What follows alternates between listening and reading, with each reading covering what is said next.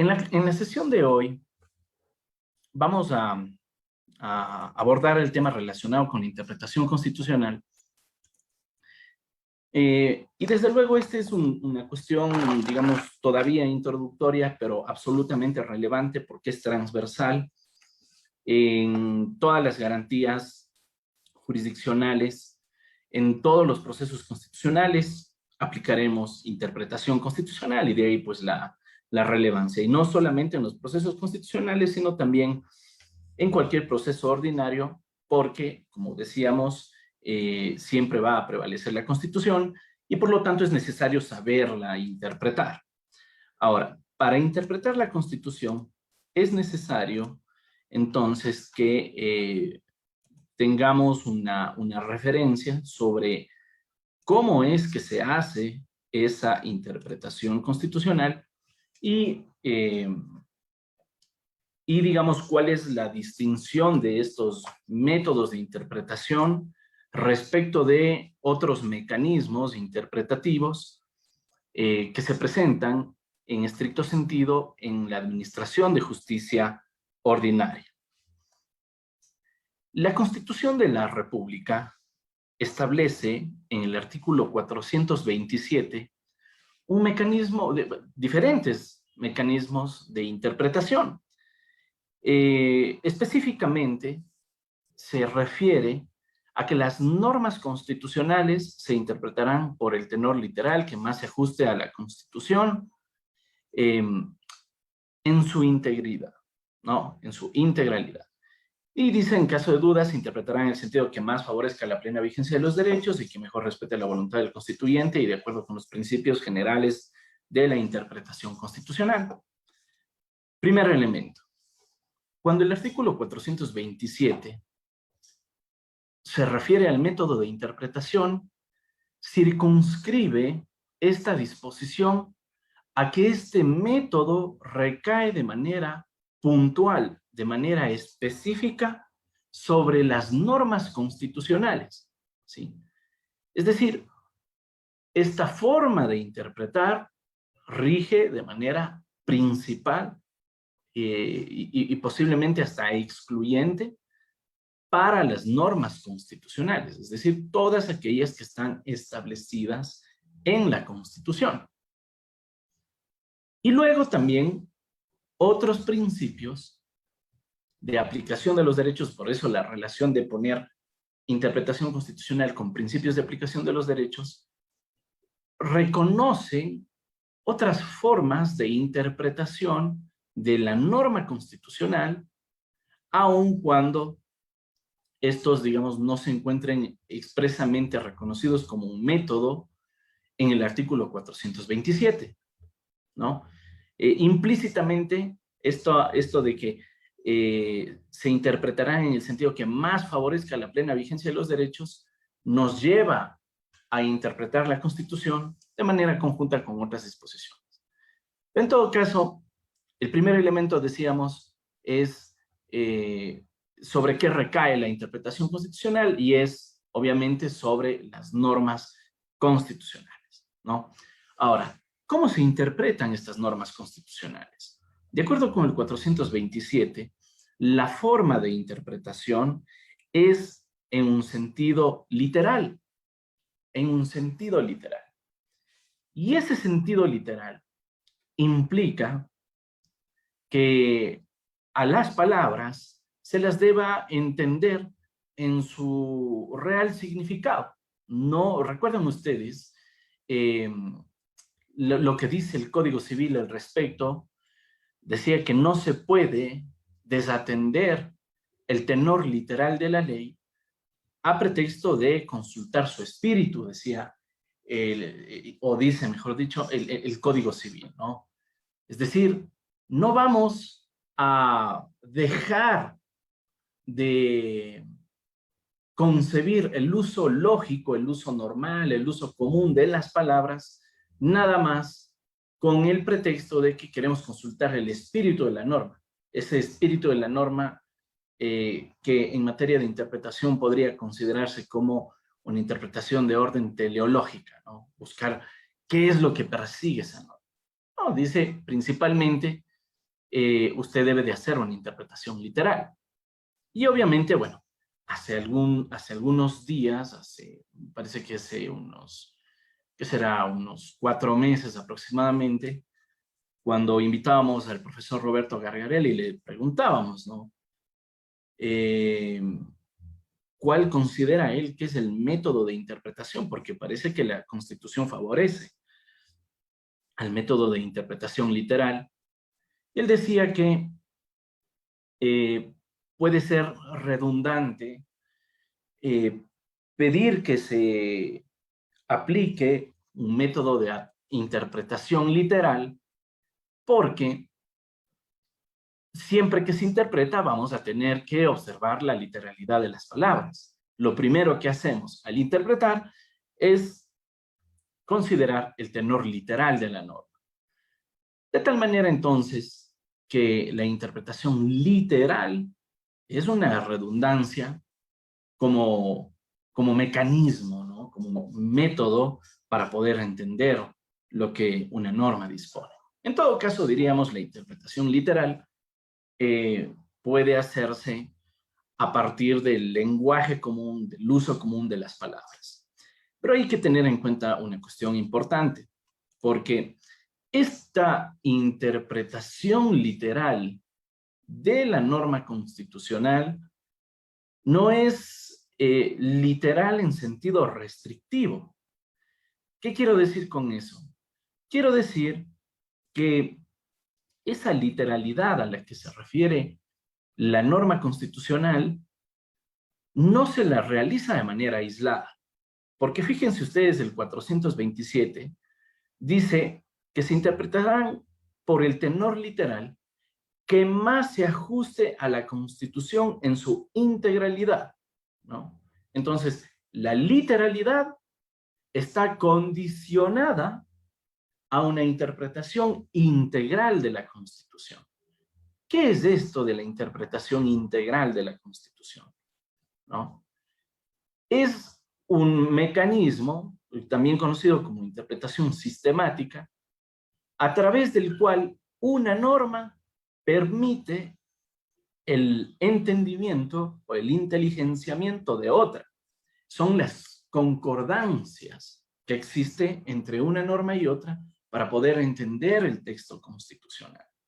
Y claro, eso ayuda muchísimo porque no podríamos aisladamente interpretar una disposición cuando posiblemente existan otras disposiciones en la Constitución que pues tengan por objeto regular aspectos similares y que podrían de hecho condicionar el éxito de la interpretación, ¿no?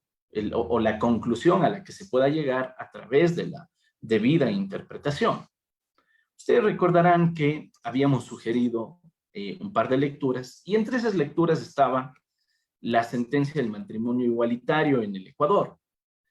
Y es una sentencia que la vamos a utilizar para ir comentando precisamente los métodos de interpretación, porque ustedes ya observarían en esa sentencia, o al menos en los párrafos que recomendamos revisar, ustedes observarían que hay un abordaje de estos diversos métodos de interpretación y en ese contexto es que se llega a una conclusión que para unos termina por ser reforma constitucional, para otros termina por ser mutación, para otros termina por ser una interpretación más favorable, en fin.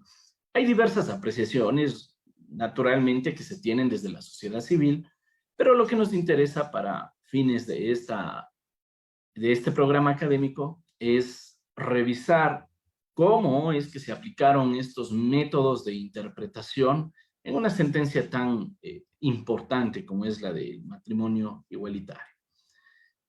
Y es así entonces, retomando el tema, es así que la Constitución establece al método de interpretación literal de la mano de la interpretación sistemática, ¿no?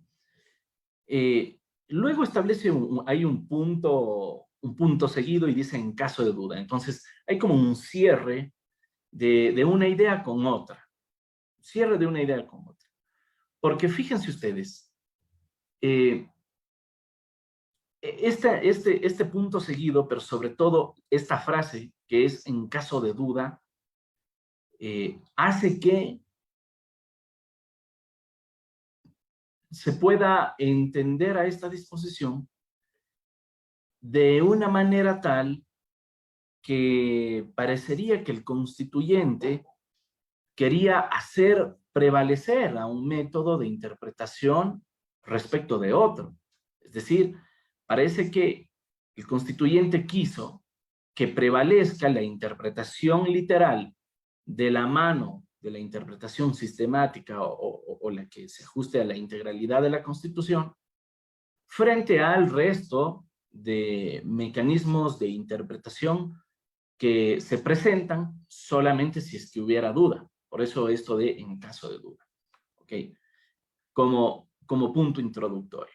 Ahora, ¿qué quiere decir entonces esto de que la literalidad va de la mano de la integralidad o de la interpretación sistemática? Quiere decir que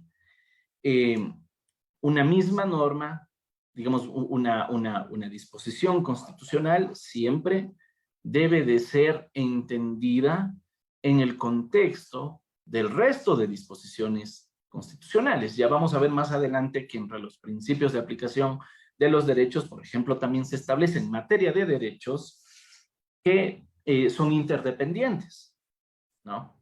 Claro, unos derechos sirven como condicionante para el ejercicio de otros. Algo semejante sucede en materia de interpretación y de aplicación de la norma constitucional.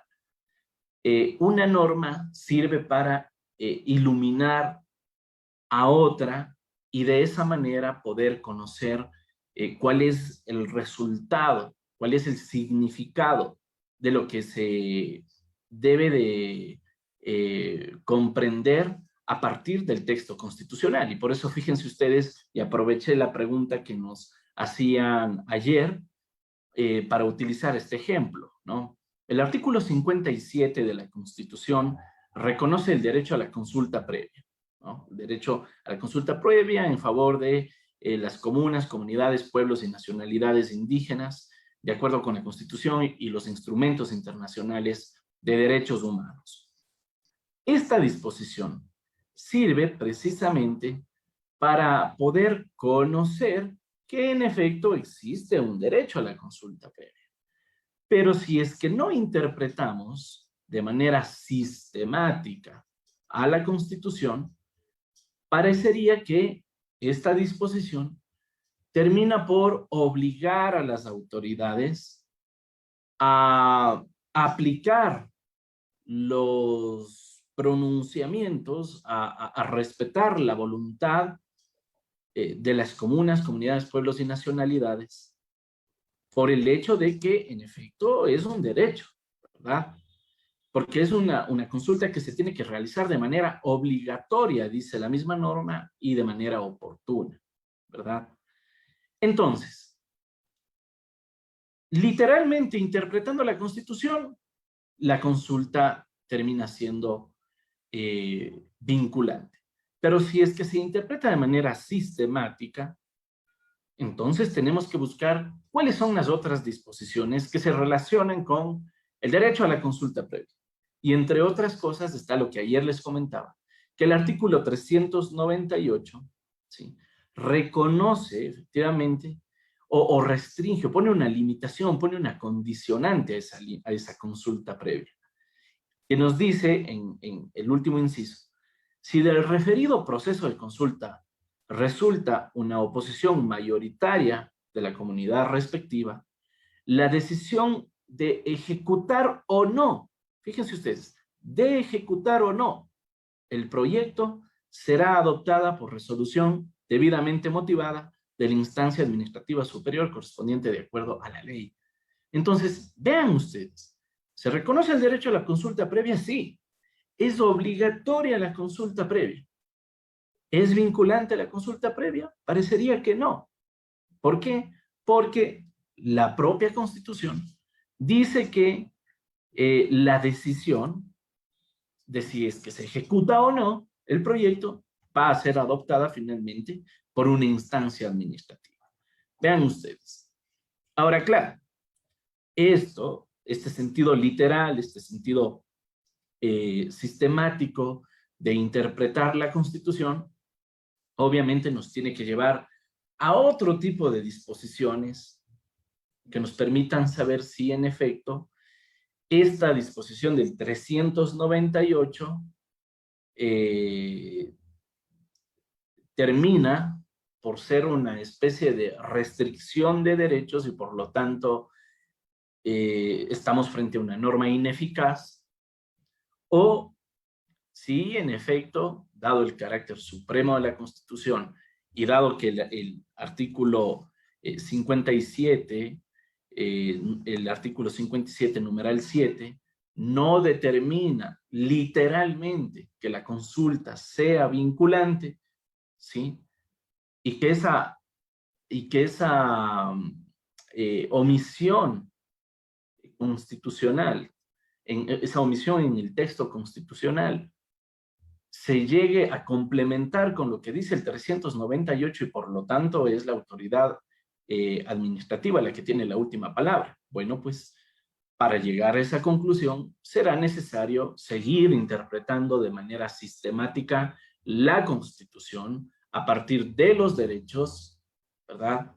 De los derechos, en este caso de las comunidades, pueblos y nacionalidades, y a partir de las competencias y cuáles son los límites, cuáles son las posibilidades que tiene el Estado frente a eso, ¿no?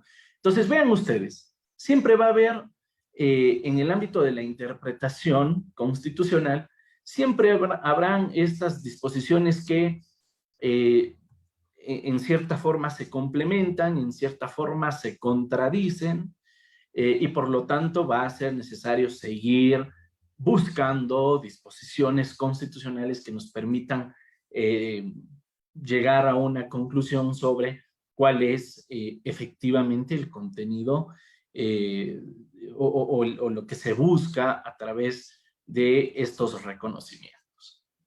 Ok.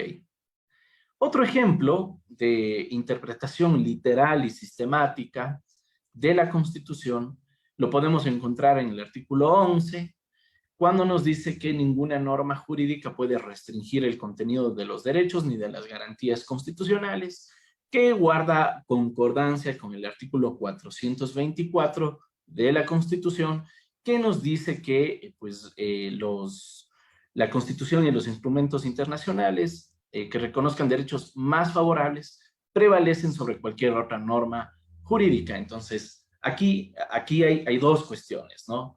El artículo 11, numeral 4, se refiere a la norma jurídica frente al contenido de los derechos, ¿sí? Y en complemento con esto, el 424 nuevamente resalta que los derechos más favorables son los que prevalecen frente a la norma jurídica. Entonces, podríamos decir allí que la norma considerada de manera formal, ¿sí? Lo que dice un enunciado normativo siempre debe de ceder cuando para la solución de un caso concreto exista un derecho más favorable, es decir, cuando el contenido de la norma, cuando el fundamento de la norma permite un ejercicio más favorable del derecho, entonces prevalece ese ejercicio, inclusive por encima de la norma, independientemente de la jerarquía que ésta pueda tener. Ojo con eso. Entonces, de allí la importancia. Y obviamente hay también una cuestión de relación jerárquica, ¿no? Bien, en todo caso, este ejemplo nos sirve también para poder entender a qué nos referimos con esto del método literal sistemático. Ahora, continuando con la exposición, si es que revisamos la sentencia del matrimonio igualitario, específicamente la sentencia 1118 CN 19, porque hay dos sentencias, pero la que les había compartido es esta, específicamente del párrafo 61 al 67, y también en el párrafo 75, el juez ponente hace una referencia a este método de interpretación, y por lo tanto conviene entonces revisar esos párrafos a los que hacía referencia, porque justamente esto nos va a permitir observar qué es lo que sucede cuando se interpreta la Constitución de manera literal y no sistemática, ¿no? El mandato de la Constitución es que sea literal y sistemático. Ok, entonces vamos por acá. Recuerden que los materiales están en la página de Juristas Ecuador y por acá está la sentencia. Decíamos concretamente que en el párrafo 61 de la sentencia se señala que este método de interpretación literal es un método restrictivo. Claro, restrictivo si es que es exclusivamente literal. Vean ustedes, ¿no? Dice, el matrimonio es la unión entre hombre y mujer. Es una proposición normativa que puede ser interpretada de muchas maneras. Una interpretación literal y aislada del sistema jurídico, que llamaremos restrictiva, y dos, una interpretación literal e integral o sistemática, ¿no es cierto?, a la que denominaremos favorable a los derechos, ¿sí? Yo por ahí creo que hay una nominación que luego puede llevar a la confusión de la interpretación como tal, porque la interpretación sistemática no necesariamente es una interpretación más favorable a los derechos. Otra cosa es que en caso de duda, como ya lo vamos a ver más adelante, sobre esa interpretación sistemática, deba de adoptarse una posición interpretativa más favorable, pero no es que en todos los casos la interpretación sistemática o integral va a ser la interpretación más favorable, ¿no? Como lo acabamos de ver, por ejemplo, con el caso de la consulta previa, ¿sí? A partir de una interpretación sistemática, pues termina siendo desfavorable para los derechos. Y si es que, solo si es que hubiera duda de esa situación, pues entonces ahí sí aplica una interpretación más favorable. Bien, entonces, la interpretación literal y aislada, como lo denomina el juez Ramiro Ávila, también es considerada como una interpretación restrictiva, ¿no? ¿Por qué es restrictiva? Fíjense ustedes en el caso de la sentencia del matrimonio igualitario. Dice que atiende exclusivamente al texto de la norma constitucional y el análisis jurídico se restringe a la norma prescindiendo del resto de normas del sistema jurídico. Se aísla de otras normas que se derivan de instrumentos internacionales de derechos humanos. Esta interpretación, por esta razón, es restrictiva. Yo creo que no necesariamente esa es la razón para que la interpretación literal sea restrictiva, sino es restrictiva en la medida que nos permite, digamos, entender las cosas de una manera limitada, ¿no? Eh, porque no podemos justamente completar la interpretación de esa disposición debido a que es posible que las palabras del enunciado normativo justamente nos lleven a una limitación en cuanto a la forma en que éste es interpretado. Pero si es que esa limitación no se la hace a partir, digamos ya en el caso de un contexto sistemático, es posible que esa interpretación, si es que se la hace con los instrumentos internacionales de derechos humanos y eventualmente estos instrumentos dicen lo mismo que dice la Constitución, pues entonces hemos ampliado la Constitución, la interpretación pero no por eso es más favorable a los derechos. No sé si es que me explico apropiadamente, pero me interesa dejar claro que la interpretación literal no necesariamente es en contra de los derechos. No necesariamente es en contra de los derechos, pero sí se espera que por la eh, necesidad de disponer de un ordenamiento jurídico unitario, de un ordenamiento jurídico eh, que no tenga antinomias, que no tenga contradicciones, entonces sí es necesario acudir a mecanismos de interpretación como el literal para entender lo que nos quiso decir el legislador, sea constituyente o del órgano constituido, y sistemático para entender el contexto de lo que estuvo pensando ese legislador, de manera que no podamos entender las cosas de una manera limitada. Ok. Y decíamos por aquí también que está el párrafo 75 de la Constitución, ¿sí? Y que nos dice que la interpretación restrictiva de una norma constitucional, en este caso el 67 que habla del matrimonio, de forma literal y aislada, es contraria a la Constitución. Ojo con esto, ojo con esto. Este párrafo sí me parece sumamente importante porque el juez ponente, a través de de este párrafo tan pequeño, está prácticamente dando una disposición. Recuerden que los precedentes, la ratio decidendi, ¿no? son vinculantes. Entonces, en estricto sentido, habría que, bueno, luego es objeto de otra discusión, saber que si es que esto es o no es ratio decidendi o si es que es obiter dicta, es decir, lo que se ha dicho de paso, ¿no? Pero yo creería que sí puede ser considerado parte de la ratio decidendi, o con la razón de la decisión, porque está apostando por un método de interpretación, ojo, de rango constitucional, para poder solucionar el caso específico. El juez nos está diciendo, no podemos interpretar al artículo 67 sin tener en cuenta el contexto de las otras disposiciones de la Constitución. Por eso es que esto para mí termina siendo ratio decidendi, porque fundamenta una decisión, ¿sí?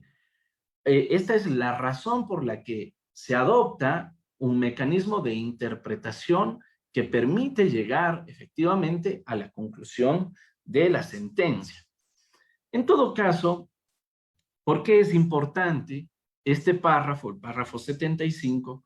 Porque ya les habrá pasado a ustedes, no sé, que en el ámbito de la administración de justicia constitucional siempre se procura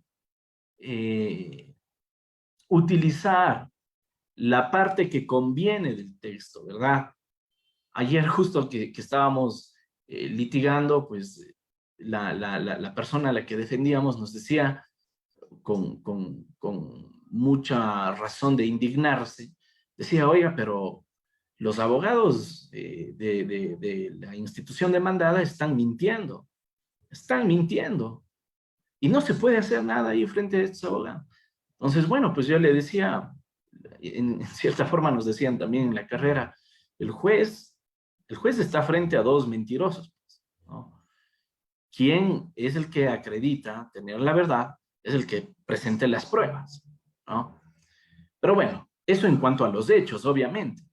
Pero en cuanto al derecho, eso sí que es imperdonable. Y por eso es que existen cuestiones como el error judicial, ¿verdad?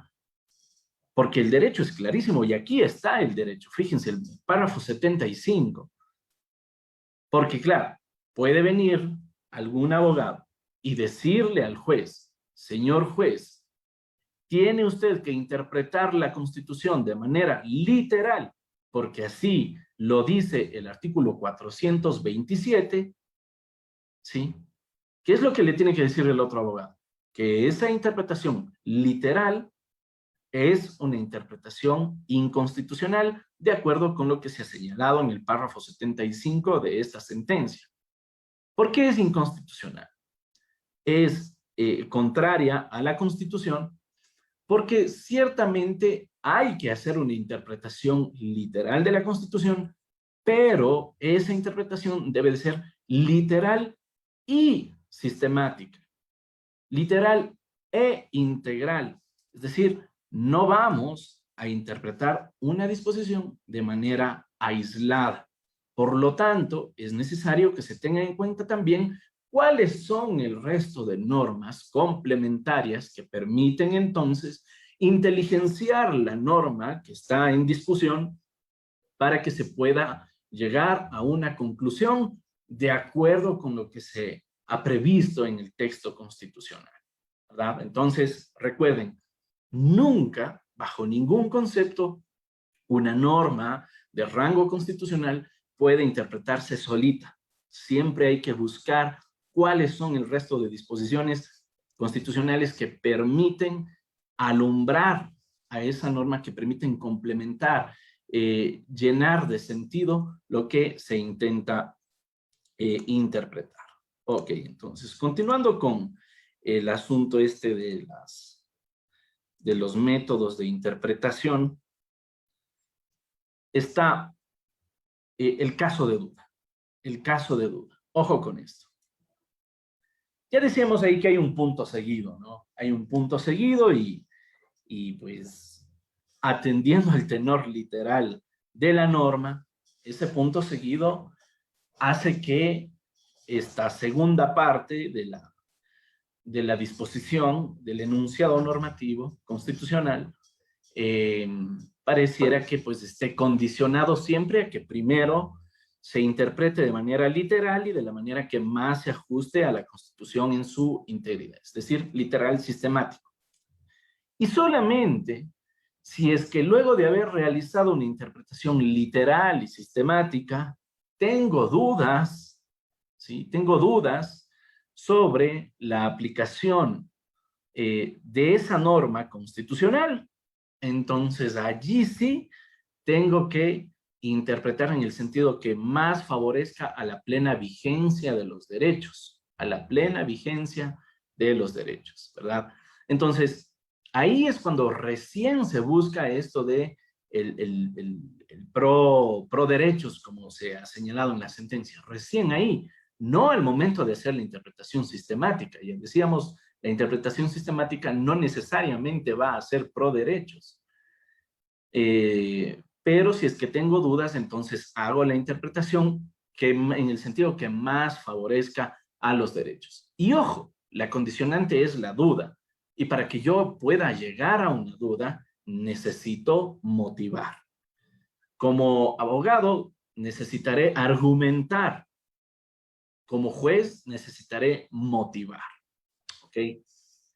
El tema de la duda, entonces, viene siendo ese condicionante. Y vean ustedes, no es muy, no es muy,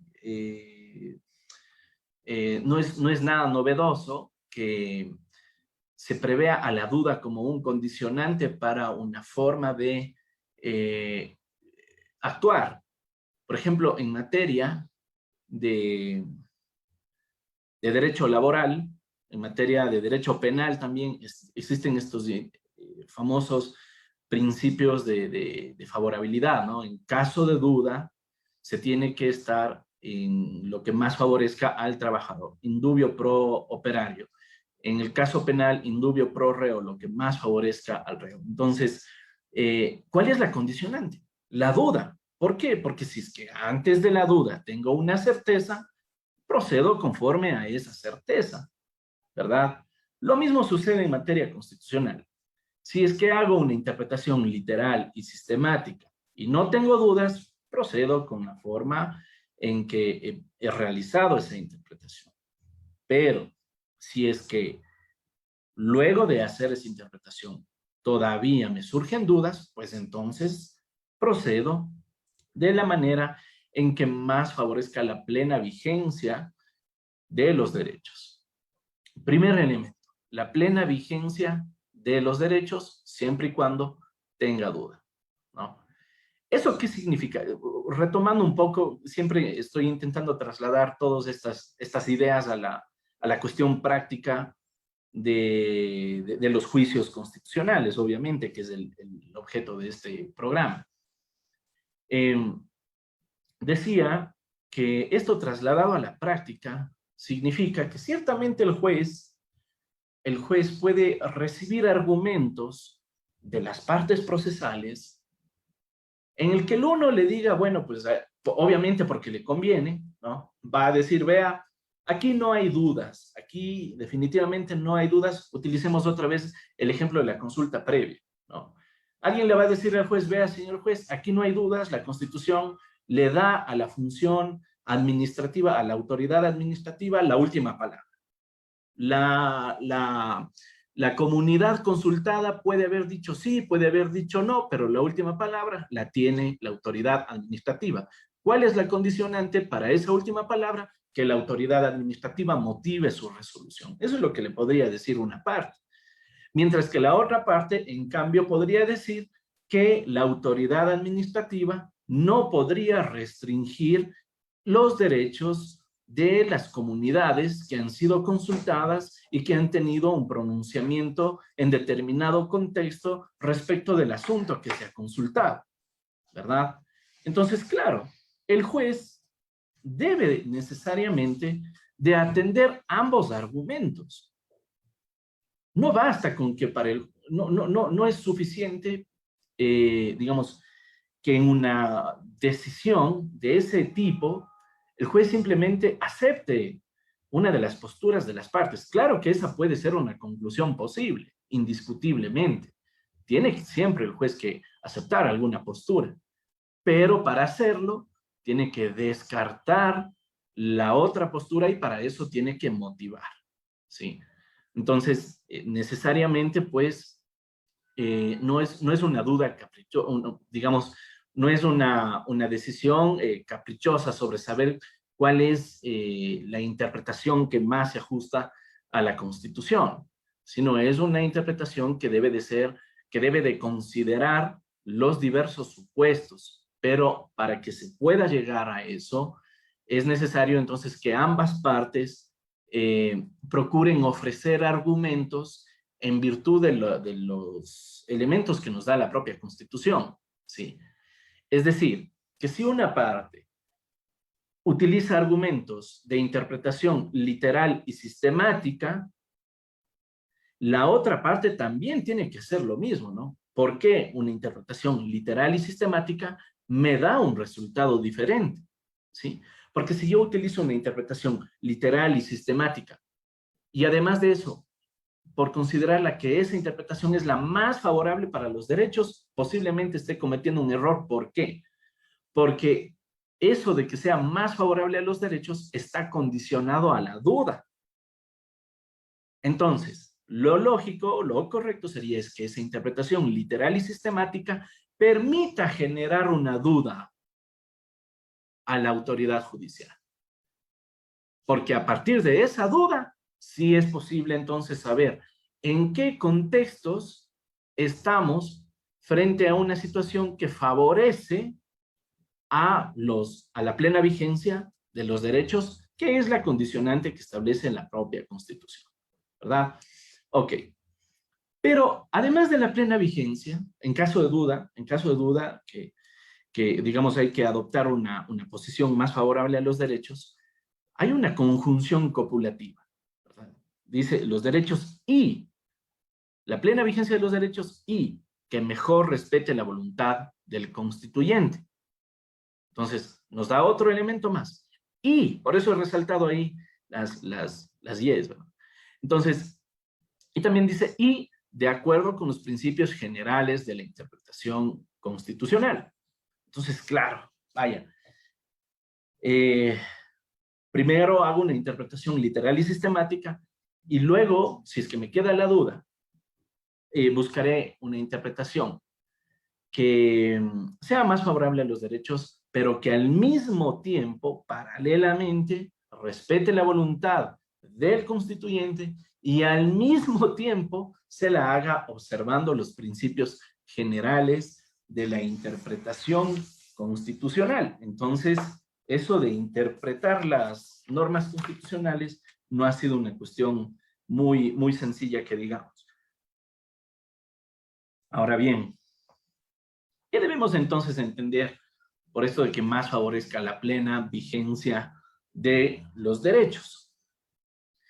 El artículo 11, numeral 4 y el artículo 424 nos dan ahí una orientación, ¿no? Primero que es que los derechos efectivamente pueden estar reconocidos en normas jurídicas, ¿no?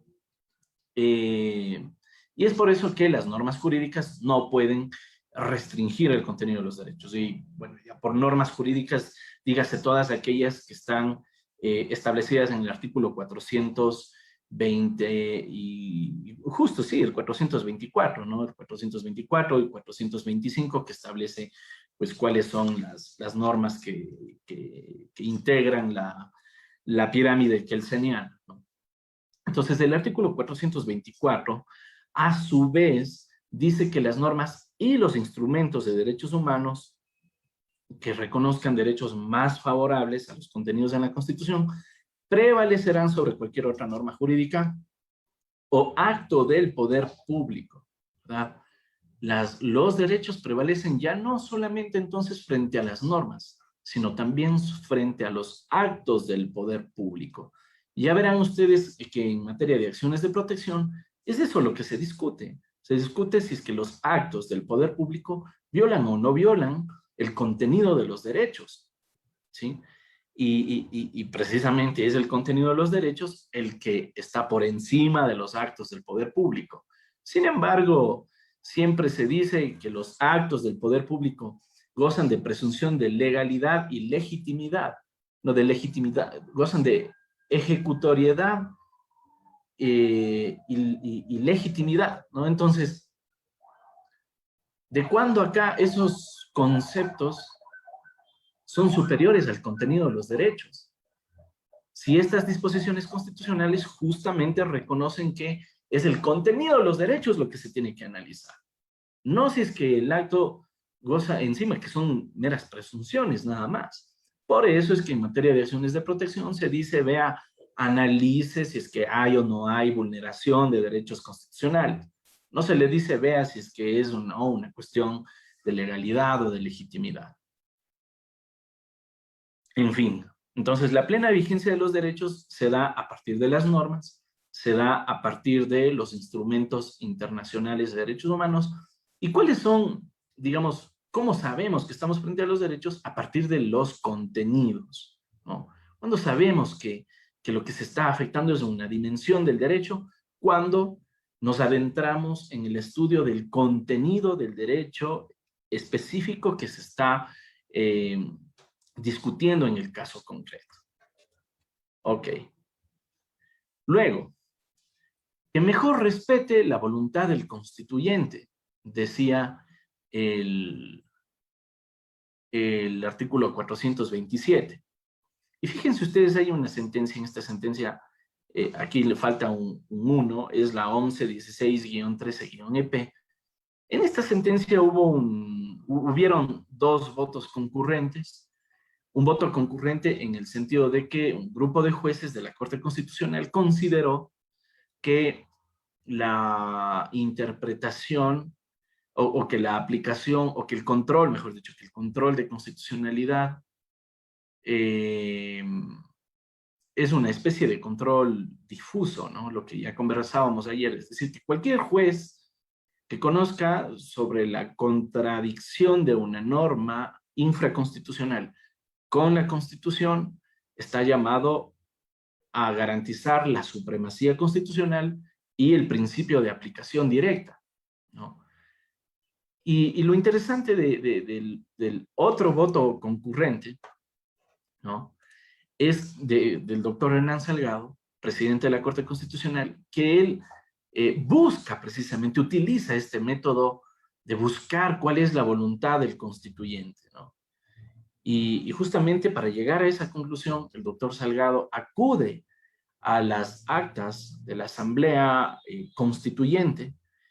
Y fíjense ustedes aquí, en este texto se dice que sobre la propuesta de si es que va a haber o no control concentrado o un control difuso en el país, los constituyentes habían indicado que, que el control necesariamente debe de ser concentrado, ¿sí? Porque los jueces, o mejor dicho, porque los asambleístas constituyentes habían llegado a considerar que solamente es una potestad que la puede ejercer la Corte Constitucional y no cualquier juez. Entonces ahí es muy importante ese razonamiento que ha realizado el doctor Salgado, sobre todo para ejemplificar esta idea de que mejor se respete la voluntad del constituyente. De todas maneras, yo pensaría allí que el asunto es que la interpretación siempre debe de recaer sobre una norma constitucional. Ojo, estos elementos que estamos analizando, ya lo decíamos al inicio, siempre deben recaer sobre una norma constitucional. Ojo, 427 dice, las normas constitucionales se interpretarán. Entonces debe de recaer, todos estos elementos deben de recaer sobre una norma constitucional, y lo que sucedió en este caso, el 1116, es que la interpretación recaía sobre si es que se aplica o no una norma infraconstitucional, fíjense ustedes, eh, respecto de, eh, un asunto sobre el registro de residencia en Galápagos, ¿no? Entonces, allí ciertamente se interpretaba si es que era esa disposición, digamos, la que debía de prevalecer frente a otra norma todavía inferior. Entonces, por ese motivo, creo que acudir a buscar la voluntad del constituyente para la interpretación de normas infraconstitucionales posiblemente no sea la solución. ¿Por qué? Porque la interpretación de las normas infraconstitucionales se rige a partir de los criterios de interpretación de la justicia ordinaria, ¿no? Ya los vamos a ver más adelante, pero entre otras cosas está la interpretación jerárquica de las normas. Si es que usted tiene una ley y tiene un reglamento, y este reglamento contradice la ley, fácil, lo que tiene que hacer es hacer prevalecer la ley. El problema está cuando está frente a una ley que contradice el contenido de la Constitución, ¿sí? Allí entonces va a tener que interpretar la disposición constitucional, ¿sí?, en la forma que le dice el artículo 427, ¿sí?, frente a esa, pues, disposición de orden de rango legal. ¿Okay? Ahora bien, decía también que el 427 se refiere a que también se respeten los principios generales de la interpretación constitucional. Y entre otras, el artículo 2 de la Ley de Garantías Jurisdiccionales y Control Constitucional señala que, además de los principios establecidos en la Constitución, se deben de tener en cuenta algunos principios, tales como estos que aparecen aquí, estos 4 principios. El principio de aplicación más favorable a los derechos, ¿no? Entonces, vean ustedes la deficiencia de la redacción legislativa, ¿no? Además de los principios establecidos en la Constitución, se deben de tener en cuenta. Pero ya la aplicación más favorable ya está, ¿no? La plena vigencia, que más favorezca la plena vigencia, es la interpretación más favorable, ¿no? En todo caso, es lo que implica esta interpretación más favorable. Significa que cuando existen diferentes normas jurídicas, ¿no?, o diferentes interpretaciones que son aplicables a un caso concreto, se tiene que elegir la norma o la interpretación que mejor proteja los derechos de las personas. Y a su vez, esta interpretación más favorable está vinculada con el famoso bloque de constitucionalidad que conversábamos ayer, porque en este bloque de constitucionalidad ustedes van a encontrar normas en la Convención Americana, en instrumentos internacionales reconocidos por el Estado, desde luego, que establecen derechos más favorables. Entonces, son esos instrumentos los que deben de tener un carácter de prevaleciente para solucionar el caso concreto cuando exista divergencia de normas. Esa es una jerarquía de orden axiológico, ¿no? Ahora, también está el principio de optimizar los principios constitucionales. Y esto, de acuerdo con la Ley de Garantías, se ha señalado que la creación, interpretación y aplicación del derecho tiene que orientarse siempre al cumplimiento y optimización de los principios constitucionales. ¿Qué es esta optimización? Ustedes, fíjense, por ejemplo, hay disposiciones como el derecho a la vivienda digna, ¿no? El derecho a la vivienda digna. ¿Qué significa la vivienda digna para una persona que vive en aislamiento voluntario, en la Amazonía, adentro en la Amazonía ecuatoriana? ¿Qué significa el derecho a la vida digna? ¿Será una mansión con aire acondicionado, televisión, jacuzzi y más?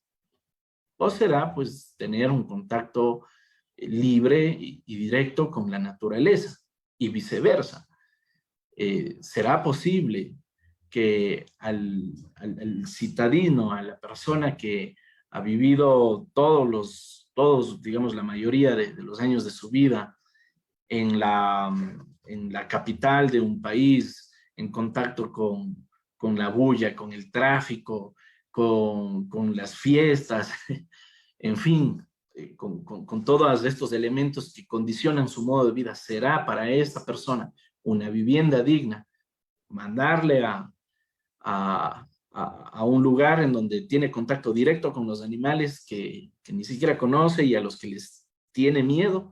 Entonces son principios que obviamente tienen que aplicarse en diferentes formas. Y es por eso que se habla de optimización, ¿no? De hecho, decir optimización de los principios, pues es eh, una disposición que recoge en cierta forma lo que Robert Alexi ha pensado, ha reflexionado de lo que son los principios. Dice que los principios son mandatos de optimización, ¿sí? Y lo que dice nuestro legislador es que se tienen que optimizar los principios, es decir, lo mismo, es redundar. Optimización de los principios. Cuando los principios son mandatos de optimización, pues es redundar, ¿no? Porque los principios efectivamente solo se trasladan a la práctica a través de la optimización. ¿Y qué es esto de la optimización? Significa atender a las realidades de cada una de las personas, atender a los contextos en los que viven determinados grupos sociales para que se pueda entonces cumplir con esas disposiciones constitucionales, ¿no? Derecho al acceso a la educación, por ejemplo, principio de acceso a la educación. ¿Qué significa acceso a la educación? Para unos, bueno, será que me permitan estar acá en la institución educativa que está frente a mi casa. Para otros será la institución educativa de gran renombre. Para otros será la, la, la, la que tiene más prestigio en virtud de las pensiones que se pagan. Pero para otras personas será eh, el acceso en virtud de que me permitan estudiar sin tener que cruzar todos los días una montaña, ¿no? Entonces, hay diferentes contextos y a eso se refiere la optimización de los principios constitucionales. ¿Por qué esto es relevante en el ámbito de los juicios constitucionales? Porque eso nos va a permitir idear mecanismos de reparación integral. Fíjense ustedes que lo que se piden generalmente en las acciones constitucionales es la tutela de derechos y los consecuentes mecanismos de reparación integral. No me sirve de nada que me digan que vulneraron el derecho a la educación si es que no tengo una medida de reparación integral apropiada que me permita entonces acceder a esa educación. ¿Cómo entonces pienso en las medidas de reparación integral? Observando cuáles son los principios que rigen esos, que regulan, que reconocen esos derechos y que me permiten consecuentemente saber cómo es que pueden ser optimizados, ¿verdad? Ok. Luego está el asunto de la obligatoriedad del precedente constitucional. Esta obligatoriedad señala la ley de garantías, dice, los parámetros interpretativos de la Constitución fijados por la Corte Constitucional en los casos sometidos a su conocimiento tienen fuerza vinculante. La Corte podrá alejarse de sus precedentes de forma explícita y argumentada, garantizando la progresividad de los derechos y la vigencia del Estado constitucional. Ya. El artículo 436 de la Constitución reconoce en el numeral 6 que todas las decisiones que adopte la Corte Constitucional son de carácter vinculante. Y aquí viene una mezcla de esta herencia del precedente, es una herencia principalmente norteamericana, del constitucionalismo norteamericano, ¿verdad? O anglosajón más bien, porque también pues tiene de hecho mayor antigüedad en Gran Bretaña, ¿verdad? De seguir los precedentes, de construir el derecho a partir de los precedentes. De ahí entonces de esta importancia de lo que les decía, que necesitamos conocer lo que ha dicho la Corte Constitucional en determinadas sentencias, pero sobre todo identificar el precedente. ¿Cuál es el precedente? Es la ratio decidendi, la razón de la decisión, lo que le llevó, el razonamiento que le llevó al juez a adoptar una solución en el caso concreto. Yo justamente utilizaba en una acción de protección la sentencia del matrimonio igualitario, la sentencia 1118 CN,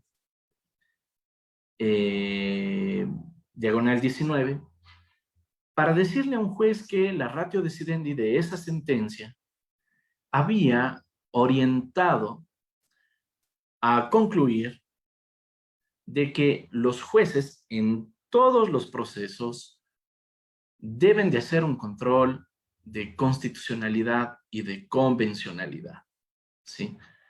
Párrafo 290 de la sentencia del matrimonio igualitario. ¿Qué quería hacer con eso? Quería invitarle al juez a que haga prevalecer el contenido de la Constitución frente a otra norma del ordenamiento jurídico que era contraria a la Constitución, que vulneraba el derecho a no ser juzgado dos veces por la misma causa. Vean ustedes, sobre todo en el tema de los policías, ¿no? Policías y militares, me parece que también sucede en el caso de los militares. Los que han sido sancionados disciplinariamente, de acuerdo con las leyes policiales, pues estaban prácticamente condenados a que les den de baja, ¿no? Y eso significa una múltiple valoración, porque vean ustedes, una persona que fue sancionada disciplinariamente, ojo, ¿no?, por la policía, le habían dado un arresto de 60 días de arresto. Luego, cuando quiere ascender, le dice, oiga, usted no puede ascender, ¿por qué? Porque tiene una sanción del Tribunal de Disciplina. El Tribunal de Disciplina le impuso a usted 60 días de arresto y por lo tanto no puede ascender. Esa persona plantea una acción de protección. En esa acción de protección, plantea una acción contencioso administrativa. Curiosamente, en el contencioso administrativo protegen una dimensión constitucional y le dicen, tiene usted razón, le están juzgando dos veces por la misma causa, usted ya cumplió su sanción disciplinaria, así que tiene derecho a ascender. Tiene derecho a tomar el curso para el ascenso. Perfecto. El señor toma el curso para el ascenso, aprueba el curso de ascenso, y una vez que quiere ascender, le dicen, señor, usted no puede ascender. ¿Por qué? Porque registra Tribunal de Disciplina. Otra vez. Entonces, él dice, ¿pero cómo? Si es que el contencioso administrativo dice que ustedes me vulneraron el derecho a no ser juzgado dos veces por la misma causa. Y ellos le dicen, sí. Y el contencioso administrativo nos ordenó que usted tome el curso de ascenso. Y usted tomó el curso de ascenso. pero ahora no puede ascender porque tiene tribunal de disciplina. Pues vean ustedes lo que sucede en estas instituciones. Y claro, luego de ese tribunal, de esa negativa al ascenso, le dicen, como usted no ascendió, tiene que ser colocado en una lista de eliminación anual, ¿verdad? Esta ahí o sea, ya le ponen en la lista de eliminación anual, ¿sí? Con el argumento de que no ascendió. El que no asciende tiene que ir a la lista de eliminación. Y luego de la lista de eliminación anual, tienen que poner en situación transitoria, alguna cosa así es. Y luego de eso, darle de baja, ¿no? Pero lo uno condicionado al otro, es decir, a usted le ponemos en transitoria porque no ascendió. Luego, le ponemos en lista de eliminación anual porque completó su tiempo máximo de transitoria. Y luego le damos de baja porque estuvo en lista de eliminación anual. Vaya cosa. Y todo eso en un solo antecedente, ¿no? Claro, lo que ellos dicen es que no hay afectación, que lo que ellos, no hay afectación al derecho al trabajo, que lo que ellos están es aplicando la norma jurídica, en fin. Pero lo que se le intentaba hacer notar a la autoridad judicial es que hay varios juzgamientos derivados de un solo hecho, derivados de un solo hecho. Hay varias sanciones derivadas de un mismo hecho, ¿no? Y claramente la Constitución señala que no se puede juzgar dos veces a una persona por la misma causa, y materia, de hecho, ¿no? Entonces, y materia que aquí era administrativa. Una vez que se viola ese derecho, tienes una dimensión constitucional que proteger, ¿no? Y esa dimensión constitucional justamente se protege a través de la acción de protección. Y utilizábamos el precedente constitucional este de que los jueces, ¿no? Los jueces tienen que, en todos los casos, hacer control de constitucionalidad y convencionalidad. Solo cuando tienen duda, tienen que suspender el proceso y remitir en consulta a la Corte Constitucional. De manera inclusive que le decíamos al juez que si es que tiene esa duda, ¿no?, de la constitucionalidad, remite el proceso en consulta a la Corte. Nunca se pronunció sobre este pedido de hacer el envío a la Corte Constitucional. Simplemente el juez dijo, vean, el precedente que ustedes me están invocando es sobre matrimonio igualitario. Y aquí lo que estamos hablando es un tema de aplicación de las leyes del policía. De tal manera que estamos locos por poco, ¿ah? Entonces, vean ustedes, el tema del precedente no es sobre el fondo del asunto, o sea, no es sobre los hechos del caso. Eso es una cuestión de analogía. El precedente tiene que ver con la ratio decidendi, con las razones que me llevaron a tomar una decisión, ¿sí? Y en este caso, el matrimonio igualitario, la ratio decidendi me dice que los jueces que habían negado la posibilidad de los que presentaron una acción de protección para poder contraer matrimonio entre dos personas del mismo sexo, eran jueces que tenían que dar prevalencia a la opinión consultiva 2417, de tal forma que gracias a esa aplicación puedan permitirles a esas personas del mismo sexo contraer un matrimonio. Pero ¿cuál es el fondo de eso? Es que hagan control de convencionalidad y de constitucionalidad para resolver los casos concretos. Y claro, pues desconocer de lo que es el precedente nos lleva a fallos y fallas como las que acabo de comentar, ¿no? Y pues está también finalmente entre estos principios generales la obligatoriedad de administrar justicia constitucional, que implica que en ningún caso se puede denegar la administración de justicia, ni se puede suspender la administración de justicia constitucional por considerar que existe contradicciones entre normas, oscuridad o falta de norma. Ojo con esto, contradicciones entre normas. No me pueden denegar justicia constitucional porque hay contradicción. ¿Qué significa eso, estimados participantes? No sé si a ustedes les ha pasado, yo creo que pasa todo el tiempo, Pero en materia de acciones de protección se dice que no, la acción de protección no es la vía porque lo que se está argumentando es la inconstitucionalidad, ¿no? Y entonces, si es que lo que se argumenta es la inconstitucionalidad, no estamos frente a una contradicción de normas, ¿sí? Y si es que se niega la administración de justicia constitucional por esa contradicción, ¿no estaríamos acaso frente a una contravención del artículo 2, numeral 4 de la Ley de Garantías? Lo que hay que tener en cuenta ciertamente es que cuando se impugna la constitucionalidad en abstracto, ahí sí la acción es la acción de inconstitucionalidad. Pero dentro de los casos concretos, si es que hay contradicción entre normas, pues aplica el artículo 428 de la Constitución, en concordancia con la Ley de Garantías Jurisdiccionales que establece la disposición de realizar la consulta de norma.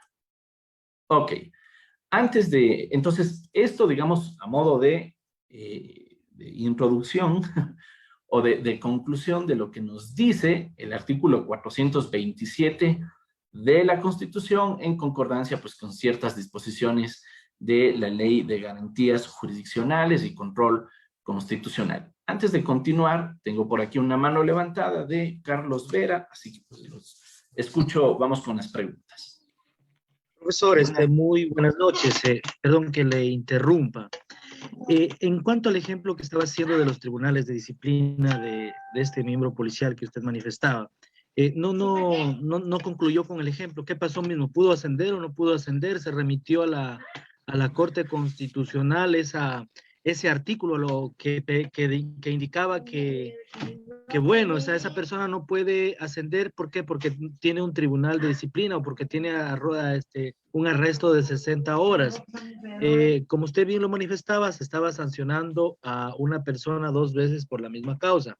Entonces, no sé qué pasaría, en primer lugar, cuál sería el fin que se le dio a esto y en caso de que no se haya llegado a una solución o hasta ahí haya llegado a lo mejor el miembro policial, ¿cuál cree usted que hubiese sido el camino adecuado para ejercer que no se vulneren sus derechos? Eso, doctor. Ok, muchas gracias, Carlos, por su pregunta. A ver, bueno, sí, les había indicado que en ese caso, o sea, lo que intentaba ejemplificar es el asunto del precedente, ¿no? Decía que gracias al precedente de la sentencia del matrimonio igualitario, el juez tenía que hacer ese control y tenía que decirnos si es que eso no es contrario a la Constitución o si es que tenía dudas de eso, entonces que suspende el proceso y envíe en consulta a la Corte Constitucional. El juez nunca se pronunció sobre eso por considerar que el tema de matrimonio igualitario solo aplica para casos de personas del mismo sexo que estén reclamando matrimonio. Es decir, no consideró el precedente, sino consideró los hechos que dieron lugar a ese precedente. De ahí entonces el error judicial. Claro, obviamente si es que no consideró ese precedente, pues llegó a una conclusión en la que se negó la acción de protección por considerar que no existía vulneración a derechos constitucionales en la medida que la policía había aplicado las normas jurídicas vigentes. Y claro, lo que había planteado el juez es que ahí tiene que haber una acción de inconstitucionalidad y ahí entonces que nuevamente reflexionar sobre esto, ¿no?